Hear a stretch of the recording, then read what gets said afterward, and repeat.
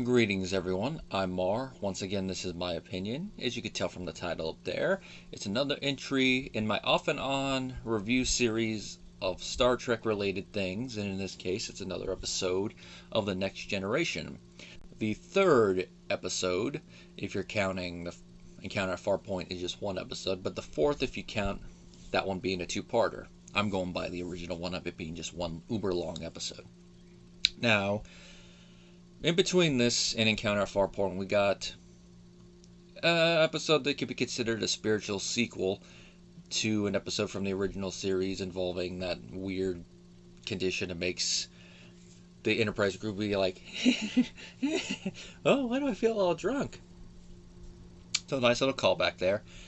Then we get to this episode, which in retrospect is considered one of the worst episodes of not only TNG, but any Star Trek series. And considering the highs and lows that Star Trek has had over the years, no matter what you think about Picard and all that, that's saying something. And that, of course, is Code of Honor. This is the episode where the Enterprise goes to a planet that's entirely populated by black stock characters that feel like they're out of a 1930s adventure film because it's 1940s tribal values that these characters represent. But sadly, that's not how the original script portrayed it, apparently. Apparently, the Lagosians were originally supposed to be reptilians with the Samurai Bushido Code, which makes me think that they later used that idea for the Jem'Hadar, because the Jem'Hadar do have kind of a bit of a code of honor, but I wouldn't say it's quite the same as Samurai Bushido, but they do respect warriors. I mean, in that one two-parter, the one Jem'Hadar doesn't want to kill Worf because of how tenacious he is. He's like, I cannot defeat this Klingon, I can only kill him. Done the makeup like that, it would have been interesting. And instead of going to their planet, they would have met on a shore leave planet. And then, of course, they still would have abducted Tasha. They still would have abducted her and be like, ah! But the fun part is, apparently, Luton would mention Kirk as someone who fought his grandfather. So I guess Luton would be a descendant of the Gorn? That would have been an interesting idea. Like, the first time we see him would have been like, he is the Gorn. We are here for your women. Actually, that sounds more like a... that sounds more like a Ferengi. We are here for your females. Which would be the next episode, of course. Well, we'll talk about that, which is kind of interesting that we go from there to the Ferengi when you watch it in order, but... Anyway, the plot of the film is that the Enterprise has to go to the planet of the Lagosians to collect a vaccine that is needed to cure disease on another planet. Now they meet with them. The Lagosians, they follow a strict code of honor, hence the title of the episode, and, to be diplomatic, Picard and the rest of the crew are, following their code of honor to a point, welcome them aboard, following the customs. But then they kidnap Tasha Yar. Now, they demand a return, and they do agree to in a point, but they want to follow the protocol. We merely did it just to establish something, but we will return her. But then Luton swerves everyone, bro! But you could kind of see this swerve coming a mile away based on how the actor portrays it, which is one of the few things I can really praise about the performance of the actor who plays Luton. Because other than that, his performance definitely is stock for this type of character. And that is the little subtleties when he's looking at Tasha. You can tell what's going through his head. Like, hey, baby. Here we go. Are we going to, do it? To sum it up. And he decides he wants to make Tasha his wife, which leads to his current wife fighting her. And it goes into a whole fight, which goes into the ending of the episode. Which, I know I usually don't like to spoil the endings of these episodes. Unless I have to discuss something, but here I don't care. Episode ends with Tasha and Luton's wife having a fight to the death. Luton's wife dies, but they manage to bring her back to life using technology. So I'm guessing that when she was beamed aboard, in the words of Miracle Max, she was only mostly dead. There's a difference between mostly dead and all dead, because mostly dead is slightly alive. And of course, because of this, Luton is screwed for his financial gain that he wanted to do, so screw him. And he does get his comeuppance in the eyes of their culture, because he's now secondary husband. Now, The director of this episode, Russ Mayberry, even though he would go on to direct 18 episodes of In the Heat of the Night, he was fired from this episode by Gene Roddenberry, apparently for racist behavior towards the Lagosian actors. Now, on IMDb, I've yet to find out specifically what those were, so it could have been how he was phrasing his directing comments and Roddenberry just got tired of it. But it could also be that he said some other choice words to him, like stupid, N-word, or any other racial slur you want to throw in there. Which, if it's that case, Roddenberry is definitely in the right to fire him. But since he directed episodes of In the Heat of the Night, which we all know how important that series is, going all the way back to its film roots, They Call Me Mr. Tibbs. I'll talk about that when I actually get around to reviewing that movie. So it's like, I just wonder what it could be. But it seems part of the casting for the Lagosians does stem from him.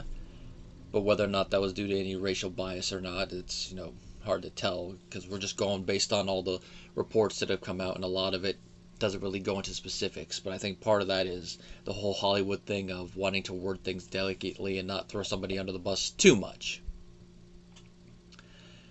Now, no matter what way we look at it, though, Mayberry being kicked off the film set might have been a good idea, but it means from a technical standpoint the episode's camera work is not that good. It's typical TV. Which, it wouldn't have helped how this episode was being executed as a whole, but technical prowess could have at least made it be like, alright, it's fine in that level, but the story still sucks. But alas, we had his AD, Les Landau, finish it, and you could kind of tell. I mean, there's certain scenes that the directing from a camera standpoint isn't that bad, but then there are points where like, oh yeah. But this episode mainly falls apart from the execution of the Lagosians. And it's the fact that they decided to go with that adventure film tribal African mindset. And it's with that this episode does kind of strike me as a leftover idea from the original series era. That they had the original script sitting there, and then when they decided to do the new show, they just took it, rewrote it to switch out characters, switching out Kirk with Picard, switching out blah blah blah blah blah blah blah. And then it's like there. And that's probably why we have two credited teleplay writers. We got Michael Barron and then Katharyn Powers. And from that, Powers seems to have been the one that worked on it during this time period, which, funny enough, this is not the only time she has done an episode with this type of premise on a sci-fi show. She later did a similar episode on Stargate SG-1, which, of course, SG-1's episode was also reviewed negatively, just like this one was. I'm sensing a pattern here. It seems like she's the Vince Russo of sci-fi show writers. She just always has to keep going back to that well, see if it works. I don't know why people are not liking it, bro. Uh-oh. But with the way it is, like, the reptilian idea would have worked so much better. Because at least then, it'd be like, alright, it's a little weird. You can kind of tell what well they're drawn from. But it's not as bad. Going with this way, it's like, eh. Now, to go back to my original series thing. If they had executed an idea like this in the original series, in retrospect, it'd be a little tasteless, but you could still look past it as being a product of the time. But even then, it still wouldn't have mixed that well, considering how progressive for its time the original series was. I mean, first interracial kiss, giving her throw some good lines like, sorry, neither, when she had her retort to that fair maiden line. Of course, giving Sulu the scene of him bare-chested with the sword, among other moments. So, having this type of episode would have kind of gone and countered it a little bit, but I guess they could have thrown some green makeup or something on them, make him like that. But hey, they could have done that here and it wouldn't have been as bad. It still would have been weird, but alas, they didn't do that. They decided to go with the tried and true route, as it were. And it really does kill it, because it essentially becomes the stock action serial characters in space. And there are times where that works, like Star Wars, because that is a throwback to the Flash Gordon-esque action-adventure serials. But then there are times where it doesn't, like here. and it just does kill the rest of it. And of course, then as you watch the rest of the episode, you start wondering stuff like, what's so special about this vaccine that they can't synthesize it? Because they mention that it keeps falling apart whenever they try to replicate it. It's like, what's so special about it? Why do they even need a vaccine like this? Shouldn't the Federation be able to come up with a cure on their own? Why do they need the Lagosians like that? It's one of those weird little things that is, more you think about the logic of the episode, the more you're like, And then, of course, they bring up the Prime Directive, which this moment is like, alright, that makes sense, because a lot of the stuff that would make this easier they can't do because of the Prime Directive. They have to follow with the culture. Now, Picard does bring up that Luton's actions could be considered a declaration of war. Mainly it's a bluff. But if Luton kept pushing it, I have a feeling the Federation would be like, alright, Picard, within reason you are allowed to bombard them until they hand over a Starfleet officer. But who knows, maybe they wouldn't have. I mean, this is the same group that later on would hand over planets to the Cardassians and the whole Maquis debacle, so you never know. And the special effects are alright. They're a step down from the first episode, but for a TV show, they're pretty decent. Now, I think I'm looking at the remaster ones from when they did the Blu-ray release, so it's the newer CG instead of the original model work, but even then, it's still alright. The set designs are okay. I mean, from what I read, each episode had a budget of about $1 million, so for a first season, you are going to get at least some decent set design there. Only other really big thing to mention about this plot-wise is I love Picard's reaction when Data mentions French being a dead language. He's like, "Excuse me, Data?" Just the way Patrick Stewart played that off. If it's a moment like that, I'm like, okay, that's fun. That brought me up a little bit after how the rest of the episode was going. And then, of course, a little moment with Wesley. Seeing these two episodes close together, I'm like, so Wesley again. Watching that moment with Wesley on the bridge and inside the elevator, I'm like, no wonder people didn't like Wesley after a little bit. Or at least a segment of the Star Trek fandom didn't like him after a bit. Just watching this, and then I know he's going to get promoted to acting ensign pretty soon. It's like, I can understand. I can see why a couple people have put Nog as Wesley done right. Now, the only other thing I can really say about this episode is summed up in this Brett Spiner quote from 2012. This is what he said. "It was just a racist episode.